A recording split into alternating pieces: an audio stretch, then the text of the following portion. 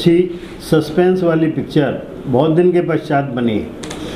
लोगों के व्यूज़ बहुत बढ़िया आ रहे हैं और मैं समझता हूँ हमारे लिए आने वाला हफ्ता जो रिलीज़ का है बहुत ऊपर ले जाएगा और ये काफ़ी ऊपर जाएगी पिक्चर, मैं इतना ही कह सकता हूँ।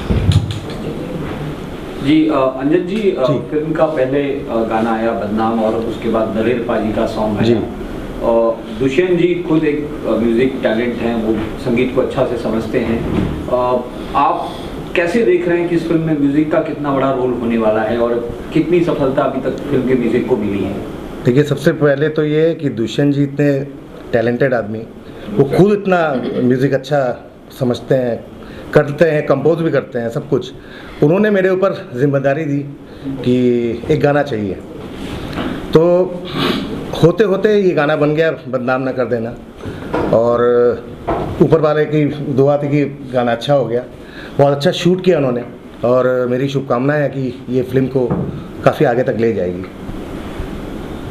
दुष्यंत जी, मकर संक्रांति का फेस्टिवल है, being a holiday, being a Sunday, आप लोग हाई एनर्जी में हैं फिल्म को लेकर।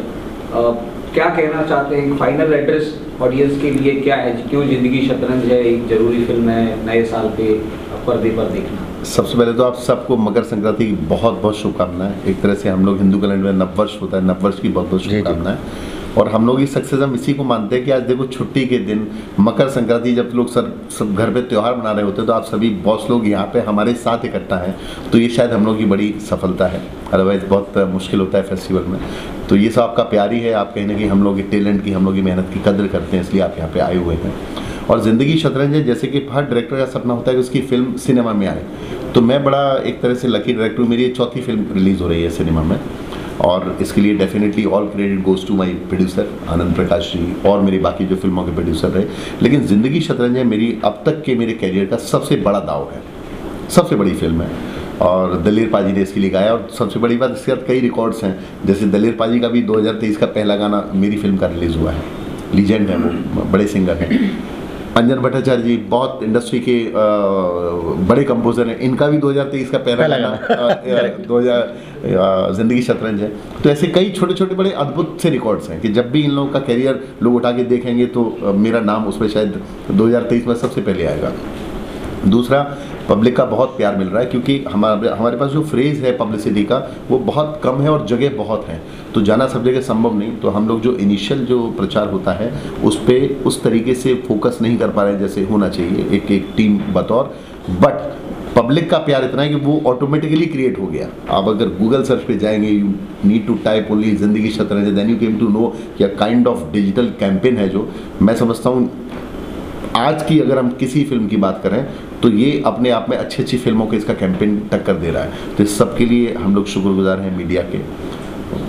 बदनाम न कर देना गाना आज तीसरा दिन है, चौथा दिन है आज उस गाने को, और 3.5-4 लाख से ऊपर व्यूज़ तो केवल जी के प्लेटफॉर्म पे है और ऑर्गेनिक है, this is organic and all is organic. And beside that आप जब ऑडियो प्लेटफॉर्म जाएंगे या इंडिविजुअल उनके बाकी जो प्लेटफॉर्म है, मैं जी की बात कर रहा हूँ, अपने नहीं कर रहा हूँ, तो अगर ओवरऑल मिला के बात करें तो हम लोगों को बदनाम न कर देना गाना अब तक करीब 90 और 95 लाख लोग अब तक देख चुके हैं। अगर आप सारे प्लेटफॉर्म की बात करें इंक्लूडिंग एप्पल टू अमेजोन से लेके जी से लेके हम लोगों के इंडिविजुअल से लेके एक एक आर्टिस्ट की अपनी फैन फॉलोइंग है, दलेर पाजी से लेके और गड़बड़, उन दोनों गानों को मिला रहे तो करीब अभी तक ये संख्या जो आधिकारिक तौर पे you can find out approx 1.25 crore के आसपास है। सिर्फ गानों की बात कर रहा हूँ मैं, फिल्म की ट्रेलर टीजर या बाकी अवेयरनेस जो आप सबके चैनल से जाती है, कोई भी इंडिपेंडेंट करता है। और अभी तक इस फिल्म को करीब मेरे ख्याल से 250-300 जो लीडिंग चैनल हैं डिजिटल, वो सैटेलाइट चैनल्स, इसके अलावा newspaper, digital media, print media, इन सब में मिला के देखो तो वी आर वेरी हैप्पी। कल के बाद हम लोग और ज़रा ज़ोर शोर से आ जाएंगे, आउटडोर वगैरह सब जगह लग जाएंगे हम लोगों के, जैसा होता है फिल्मों में। फिर हम लोग कैंपेन के लिए बाकी जगह चले जाएंगे। Now we have event in Noida, we have in Agra, we have in Dehradun, Ghaziabad. तो there is a lot of places जहाँ पे कि, और मुझे उम्मीद है कि आप सबका प्यार जैसे अब तक मिलता है मुझको, पिछले 23 साल से सिलसिला अनवरत जारी है, ये हमेशा मेरे साथ रहेगा। आपका प्यार बना रहे, आपका सहयोग बना रहे, तो डेफिनेटली जो हमारे सपने हैं वो सारे जैसे अब तक साकार होते आए हैं आगे भी साकार होते रहेंगे। मैम, आप गेस्ट हैं आज, आप दुष्यंत जी के अगले ग्रुप में वर्क भी कर रहे हैं, इस फिल्म को कैसे, क्या व्यूज़ हैं आपकी फिल्म के ट्रेलर को अगर आपने देखा है, क्या कहना? ऑफ कोर्स मतलब पहली चीज़ तो थैंक यू सो मच, क्योंकि मेरे भी करियर की शुरुआत 2023 की शुरुआत इन्हीं के साथ हो रही है। बट फिल्म का ट्रेलर देखा, it is amazing, specially songs. अभी सॉन्ग कभी जो ये बता रहे थे, it is so good with the whole you know lyrics, dance, कोई भी ऐसी चीज़ नहीं है जिसमें मैं कह सकती हूँ कि नहीं यहाँ पे कमी है। It is so amazing. I loved it. The whole trailer is wonderful. I think this movie is going to do really, really well, and all the best to the whole team. Thanks. I'm sure like this is going to be a big break. Yeah.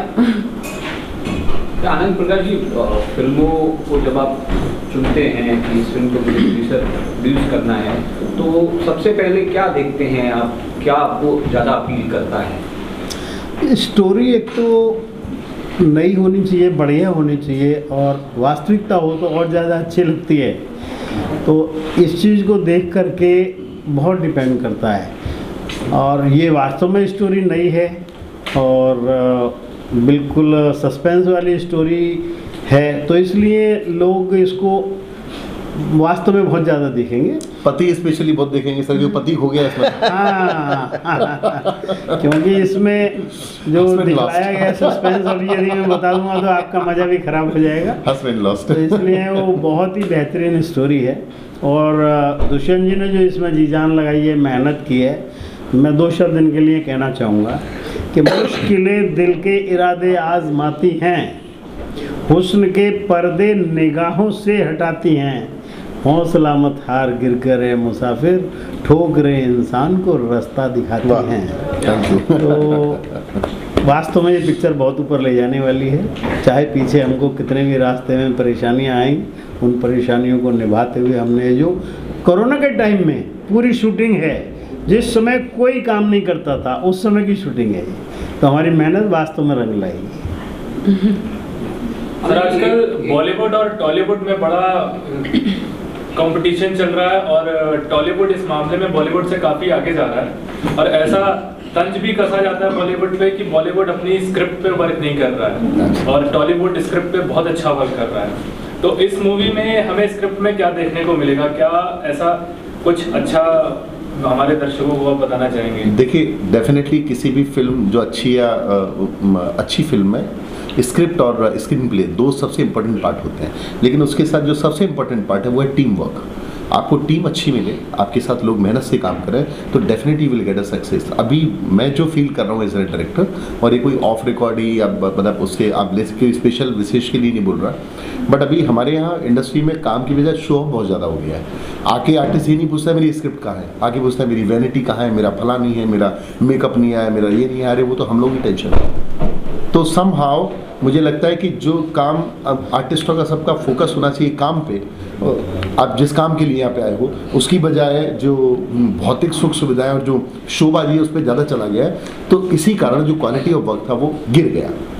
तो definitely industry के आर्टिस्टों को, technicians को बहुत आत्ममंथन की ज़रूरत है। हम लोग, मैं साउथ में भी मैं गया हूँ एज एन गेस्ट, में कई फिल्मों के सेट पे गया हूँ, व्हाट अ डिसिप्लिन दे है, क्या जेस्चर में काम करते हैं वो लोग। बड़े बड़े स्टार्स को मैं देखता हूँ धूप में खड़े रहते हैं, टेक का इंतजार कर रहे हैं। हमारे यहाँ तो एक वो स्टार तो छोड़िए, जो नए न्यू कमर्स जो आए हैं ये सब, वो उनका देखते हैं, उस पर नकल करते हैं, सेट पे आके उल्टी सीधी परेशान करते हैं हेयर ड्रेसर को, मेकअप वाले को, उल्टा सीधा। डायरेक्टर प्रोड्यूसर सोचते हैं क्या यार आफत, चलो अरेंज कर दो, बट वो जो टाइम लैप्स होता है, जो मूड ऑफ होता है, एक जो काम करने का जो एंथुजियास्टिक या जो उत्साह है ना, वो गिर जाता है। तो वो कहीं ना कहीं बहुत बड़ा रोल प्ले कर रहा है कि हम लोग आज वो सिनेमा नहीं दे पा रहे जो हमको देना चाहिए। लेकिन टचवुड, आई एम हैप्पी, मेरी जो जितनी भी यूनिट थी सब ने बहुत प्रेम से काम किया। मेरे स्टाफ थे, मेरे कलीग थे, मेरे जूनियर सीनियर आर्टिस्ट, सब ने बहुत प्रेम से काम किया। तो हम लोगों ने एक अच्छा सिनेमा एक बनाने की कोशिश की। आई होप आपको पसंद आए। आनंद जी, एक और क्वेश्चन कि दलेर पाजी एक आइकॉनिक सिंगर हैं, अभी कई सालों में उन्होंने किसी फिल्म में अपना वीडियो नहीं किया है, तो या तो फिर वो बड़े प्रोडक्शन हाउस के लिए ही गाते हैं या बहुत चुना हुआ काम करते हैं, तो जिंदगी शतरंज के साथ एक उनका जुड़ना, उसको कैसे देखते हैं और ये कैसे संभव हो पाता है? देखिए, एक तो उनको स्टोरी बहुत पसंद आई, स्टोरी पसंद आने के कारण, दूसरा दुष्यंत भाई के वो बहुत ख़ास हैं और उन्होंने वायदा किया हुआ था कि यदि कोई स्टोरी आपकी मुझे पसंद आती है तो मैं बिल्कुल जी जान से आपके साथ गाना दूंगा। और ये उसका नतीजा है कि उन्होंने कोरोना के टाइम में भी आकर के नोएडा में वास्तव में इस गाने को गाया और उनके और दूसरे गाने के जो 2 गाने इस पिक्चर में हैं उन दोनों की वजह से ही हमारी पिक्चर बहुत ऊपर जाएगी। सर जिंदगी शतरंज है, काफी यूनिक सा आपने इसको टाइटल दिया हुआ है, तो इस टाइटल का बेसिक कहाँ से आपको मिला, आपने इस टाइटल को कहाँ से खोजा? देखिए सिनेमा जब आप बनाते हैं ना तो किरदार क्या सब आसपास ही तो है आपके। तो जिंदगी शतरंज है, आप एक अलग कैरेक्टर हैं, आप अलग हैं, आप अलग हैं, मैं अलग हूँ, खुशबू अलग हैं, आनंद सर अलग हैं, अंजन भाई अलग हैं। तो जीवन शतरंज है, सबका अपना अपना एक शेड्यूल डिसाइड है, सबको क्या करना है, एक जगह इकट्ठे होते हैं फिर अलग अलग चले जाते हैं। तो ये कहीं ये ताना बाना जो लिया हम लोगों ने, ये बिल्कुल एक आम सा शब्द अचानक से एक झोली में आ गया। और पहले इसका नाम शतरंज था, फिर हम लोगों ने बात की तो अल्टीमेटली बात करते करते मेरे और आनंद जी के फ़ोन पे टाइटल डिसाइड हुआ कि नहीं, 2-4 और लोग भी थे, उन्होंने 10-12 बार अल्टीमेटली का सब खत्म सर, इसको हम लोग we go ahead with the Zindagi Shatranj है।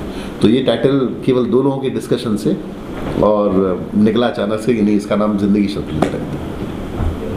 इनफैक्ट आई थिंक आपके आगे के टाइटल्स भी सारे ऐसे ही हैं, बहुत अमेजिंग है। नेक्स्ट इनकी जो आ रही है स्टैचू, वो भी like it's very unique, it's very nice. देख रहे आर्टिस्ट, तो बताइए आर्टिस्ट के बारे में, हितेन जी है, हेमंत जी है। देखिए हितेन तेजवानी एक ऐसा नाम है कि टेलीविज़न का वो आदमी बादशाह है, बहुत बड़ा स्टार है टेलीविज़न का। और यूजुअली टेलीविज़न के आर्टिस्ट जब सिनेमा पे आते हैं तो एक ना पब्लिक को एक अजीब सी क्यूरियोसिटी होती है। डेफिनेटली मैं ही नहीं बोल सकता कि शाहरुख खान, बट टेलीविज़न का वो शाहरुख खान है आदमी। तो जब मैं स्क्रिप्ट हम रेडी कर रहे थे बैकग्राउंड पे, क्योंकि आप बात ही नहीं कर सकते, मिल नहीं, घर जा नहीं सकते, रेस्टोरेंट खुले नहीं है, तो कार में बैठ के मैंने सोई नरेशन की तो सुना ये सर आपको लगता है, मैंने कहा लगता नहीं है। मैंने उसको फिर डिज़ाइन दिखाया, सब देखो पहले डिसाइड है कि तुमको ही करना है।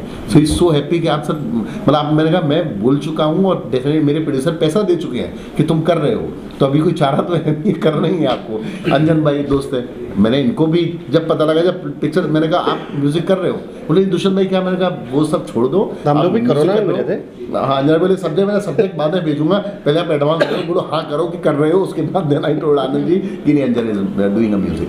तो ये फिल्म बड़े दोस्तों की ब्लेसिंग से खड़ी होती है फिल्म। तो हितेन ने बहुत कॉपरेट किया हम लोगों को, सेम हेमंत पांडे बहुत अच्छा काम किया उन्होंने थिएटर के, और वो तो he is very much taking care of health, तो उनका खाना वाना वो अलग से लेके आते थे।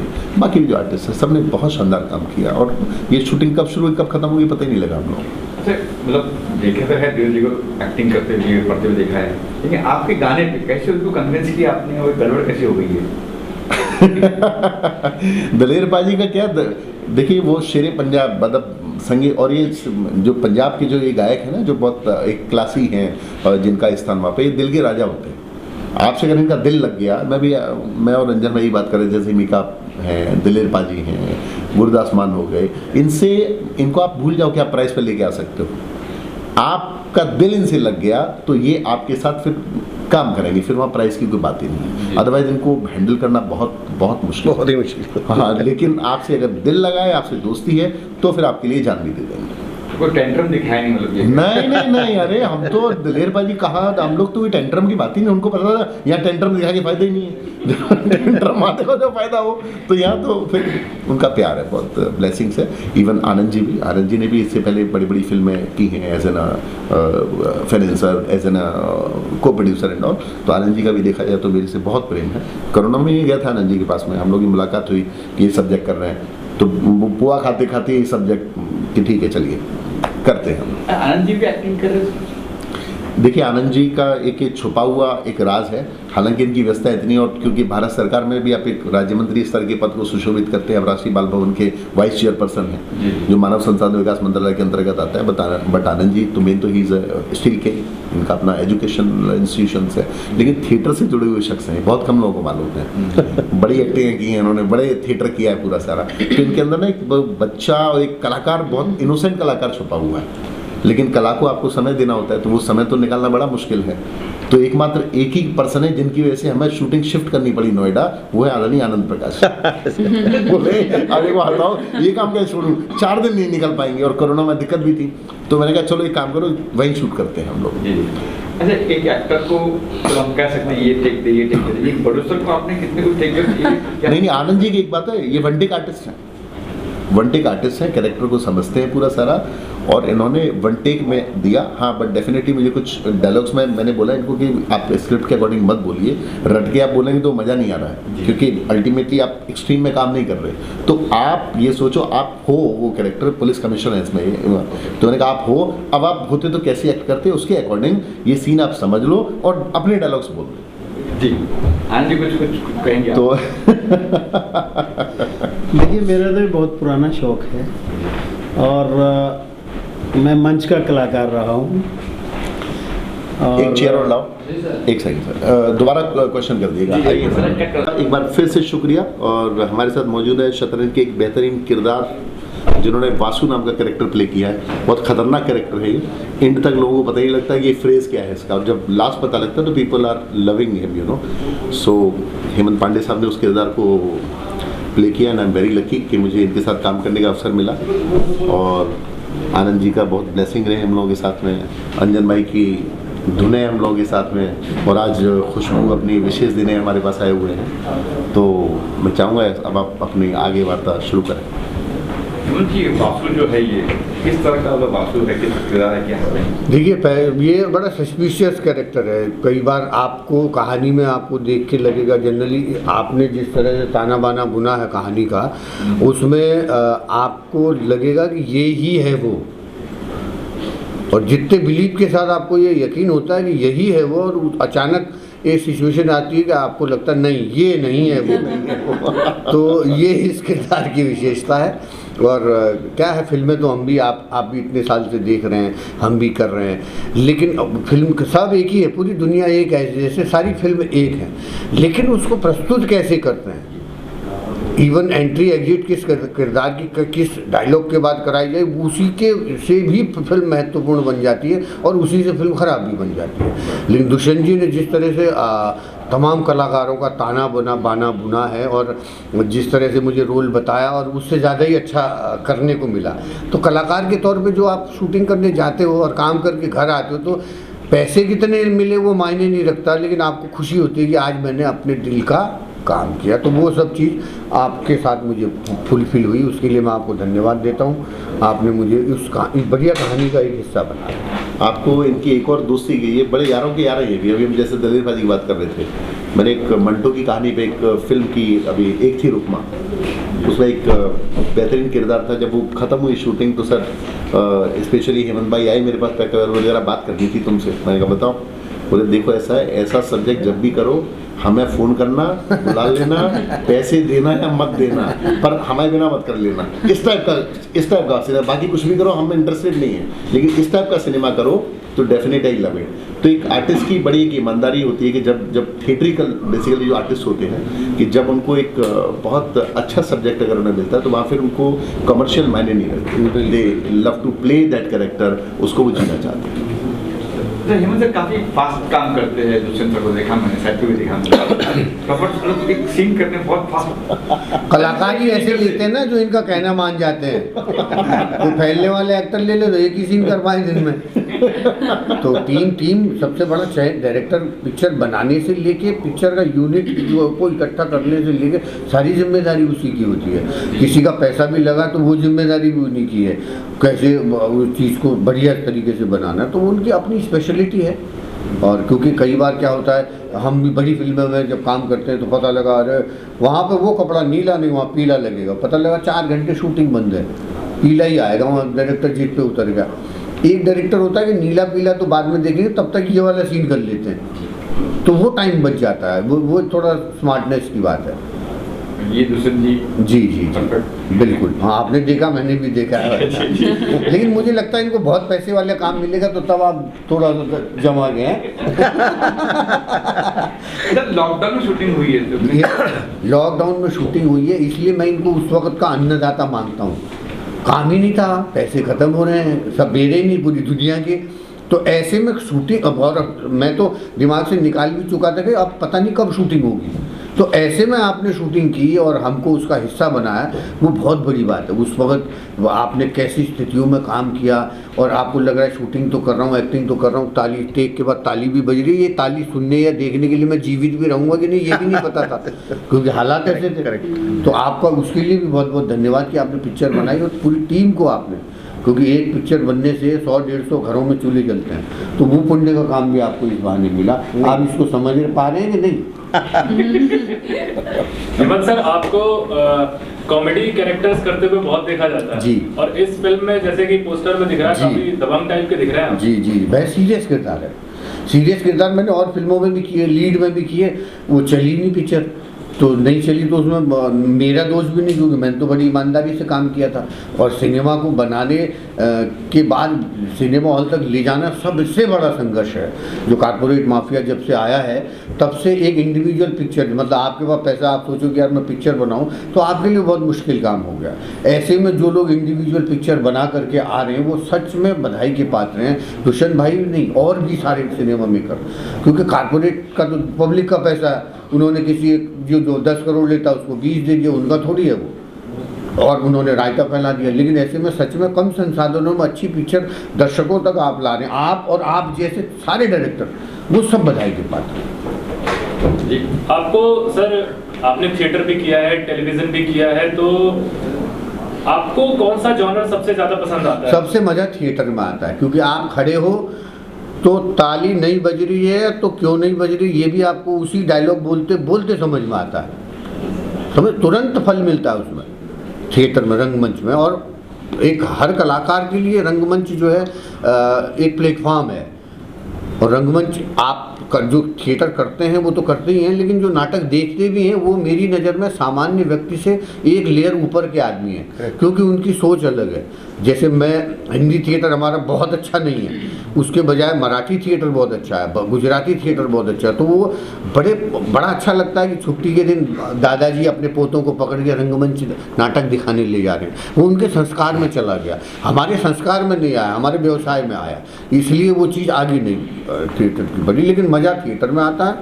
टेलीविज़न अखबार की तरह है, मतलब जिस घर का मुखिया अखबार पढ़ने की जिसको आदत हो, उसके बगैर अगर अखबार नहीं मिला तो घर हिल जाता है, गुस्सा हो जाते हैं, झगड़ा हो जाते हैं, ये होता है कि चाहिए। टेलीविज़न अखबार की तरह है, लेकिन अखबार में 11 बजे घर का ही बच्चा फिर पॉटी भी कर देता है, क्योंकि उसकी महत्व खत्म हो जाता है, सच्चाई है। और सिनेमा है उपन्यास की तरह, हम रहें न रहें, वो एक बैंक बैलेंस जैसा है कि आपने 10 साल पहले कोई फिल्म की थी, 20 साल पहले की थी, वो आपके पास एक धरोहर के रूप में है। इसका तीनों का एक अंतर उस तरह से मुझे जो लगता है। आते आनंद सर, आनंद सर जी, आप कुछ कहते हैं एक्टिंग, जैसे आपने एक्टिंग की है, कभी सर मुझे बताइए। अभी जैसा हेमंत साहब ने बताया, वाकई मंच का जो कलाकार होता है ना, और देखने वाला जो होता है, वो पिक्चर से ज़्यादा ऊपर होता है। 50 साल पुरानी आपको मैं बात बता रहा हूँ, हमारी बस्ती हमारे लोग में सतीश रे का लिखा हुआ एक नाटक, जिसमें मैं लालू शराबी का रोल किया था कॉलेज में। आज तक मुझे गाजियाबाद के कॉलेजेस में आनंद प्रकाश नाम से कम, लालू शराबी नाम से ज़्यादा जानते हैं। तो इसके पश्चात मैंने फिल्म में भी काफ़ी किया, गेस्ट इन लंदन में भी किया, यमला पगला दीवाना पार्ट 3 में पोस्टमैन का रोल किया, और भी कई पिक्चरों में किया। और आप टी सीरीज़ में यदि देखेंगे, दहेज और गरीबी में, उस कव्वाली के बैकग्राउंड में पूरा ही गरीब लड़की के बाप का रोल मेरा है। 25 साल पहले ये शूट हुआ था। तो ये एक मंच का शौक़ जो है, सारे बिजनेस एक तरफ और ये शौक़ एक तरफ। तो मेरे थ्योरी तो ये है।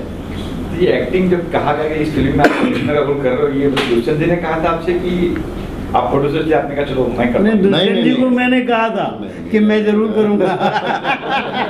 नहीं तो आनंद जी, आपको बड़प्पन है इनका। आनंद जी ने मुझे सिर्फ ये बोला कि आप देखिएगा, अगर आपको लगता है कि कोई कैरेक्टर मैं कर सकता हूँ तो मैं ज़रूर आई लव टू डू।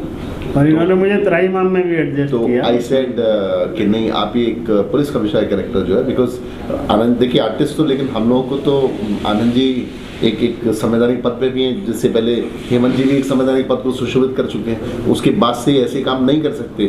फिर अच्छे खासे एजुकेशन इंस्टीट्यूशंस के ओनर हैं, आपका बिजनेस है, तो डेफिनेटली हम लोगों को ना इनकी जो आम जो छवि है जो लोगों में उसको भी कैरी करना, आर्टिस्ट की कोई बंदिशें नहीं होती। तो इसीलिए मैंने जो हम लोगों ने जो कैरेक्टर दिया वो ये सोच के दिया कि उस कैरेक्टर के साथ ही जस्टिफाई कर सके पहली बात, तो दूसरी बात वो कैरेक्टर इनकी छवि को एक नए अच्छे आयाम प्रदान करे। सर एक क्वेश्चन ये आता है कि नोन फेसेस की एक्टिंग तो हर कोई देखता है जी, लेकिन आप डायरेक्टर हैं, आप हमेशा कैमरा के पीछे थे, आप देख रहे हैं सब कुछ चल रहा है, कोई ऐसा अननोन फेस जिसकी आपको एक्टिंग बहुत अच्छी लगी हो, बहुत अच्छी कलाकारी हो उसके अंदर, ऐसा कुछ आपकी इस मूवी में आया?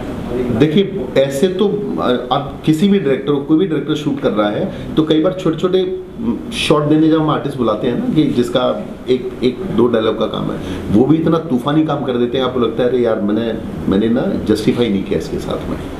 तो मेरी फिल्म में एक रवि करके लड़का है, वो बहुत इसमें बहुत आता है क्राइम पेट्रोल वगैरह में, तो मुझे आज भी लगता है मैं उसके साथ मतलब अभी तक जस्टिफाई प्रॉपर उसको जस्टिस नहीं कर सका। इवन रानी मुखर्जी के मर्दानी में भी he is playing very good character. तो कुछ ऐसे आर्टिस्ट हैं जो शुरू करते हैं डायलॉग्स ना, वो आपके दिल को छू जाते हैं, आप करना चाहते हैं काम उनके साथ, बट फिर अगेन हम लोग के साथ प्रॉब्लम वही आती है कि डिस्ट्रीब्यूटर हो गए या स्टूडियो हो गए, वो कहते हैं कि फिर कौन है स्टार आपकी फिल्म में, आर्टिस्ट कौन है। तो ये बैरियर डेफिनेटली मैं इसको तोड़ना चाहता हूँ। ये बैरियर तब टूटता है जब नए कलाकारों को एक लिबर्टी मिले और प्रोड्यूसर को एक अंडर बजट रेडी प्रोजेक्ट मिले और उसको इंटरनेशनल मंचों पे रिकॉग्नाइज मिले। जैसे फ्रीडा पिंटो है, बेचारी एक आम सी लड़की, यहाँ से उठाया उसको झुग्गी से, आज देखिए आप कौन स्टार हो गया इंडस्ट्री में जो बोले फ्रीडा पिंटो के साथ काम नहीं करूँगा मैं। उसको चांस मिला तो उसने साबित किया अपने आप को, बट वो चांस देने वाले कौन थे, और ऑस्कर में गई फिल्म उनकी। तो डेफिनेटली आर्टिस्ट छोटा हो या बड़ा, अच्छा आर्टिस्ट तो अच्छा ही होता है। अब उसको मौके कैसे मिले, क्या मिले, उसमें उसकी किस्मत, डायरेक्टर की किस्मत, प्रोड्यूसर की किस्मत, सभी चीज़ें काम करती हैं। डेस्टिनी बहुत एक बड़ी बात है, लेकिन फिर भी मुझे ऐसा लगता है कि नए लोगों के साथ हमेशा काम करना चाहिए आपको, भले आप माइनिंग करो और उन्हें उनका स्थान मिलना चाहिए, क्योंकि शिखर है वो हमेशा खाली रहेगा। एवरेस्ट पहुँच जाओगे तो आप एवरेस्ट पर पहुँच तो सकते हो, बट घर नहीं बना सकते। अब आपको नीचे उतरना ही है और पीछे पता लगा दूसरा तैयार है एवरेस्ट पे आने को। तो हम लोग उसी रेस में, जब मुंबई में आए थे तो लोहे की अटैची लेके आए थे, आज बैठे आप सबसे बात करते हैं, स्टार से बात करें। अभी भी याद है एक बार बहुत पहले हेमंत जी जब माडा में रहते थे, धूल उड़ती थी उधर अपना, तो हम लोग मिलने जाते थे। एक या दो बार मुलाकात हुई हम लोग की, चाय वाय पीते तो लगता था वो वाह वाह वाह वाह क्या बात है। तो we never thought for this days कि हम लोग एक दिन बैठे पीसी कर रहे होंगे, ऐसे माहौल में एसी चल रहा होगा, आनंद जी बैठे होंगे, ये बैठे होंगे, सब वाह वाह वाह सब बातें। तो ये शिखर है, शिखर की दौड़ है, लेकिन शिखर में जब पहुंचेंगे तो आपको शिखर अल्टीमेटली खाली तो करना होगा। लेकिन वो खाली करके आएंगे तो जब पीछे वालों का आप अपने साथ में कुछ को लेके जाएंगे, कुछ लोगों को। तो इसीलिए मैं हमेशा कोशिश करता हूँ कि मैं कुछ अच्छे आर्टिस्टों को गैदर करूँ अपनी फिल्म में, वो आगे जाए, कुछ बहुत अच्छा काम कर रहे हैं, they are very thankful to, तो मुझे अच्छा लगता है। और सर आजकल लोग एनएसडी और एफडीआई फिल्म का भी हो गया, जब लोग पन्ना पलटेंगे हिंदी फिल्म तो डेफिनेटली एक सिग्नेचर वहाँ भी लिखा होगा, जिंदगी शतरंज। Thank you.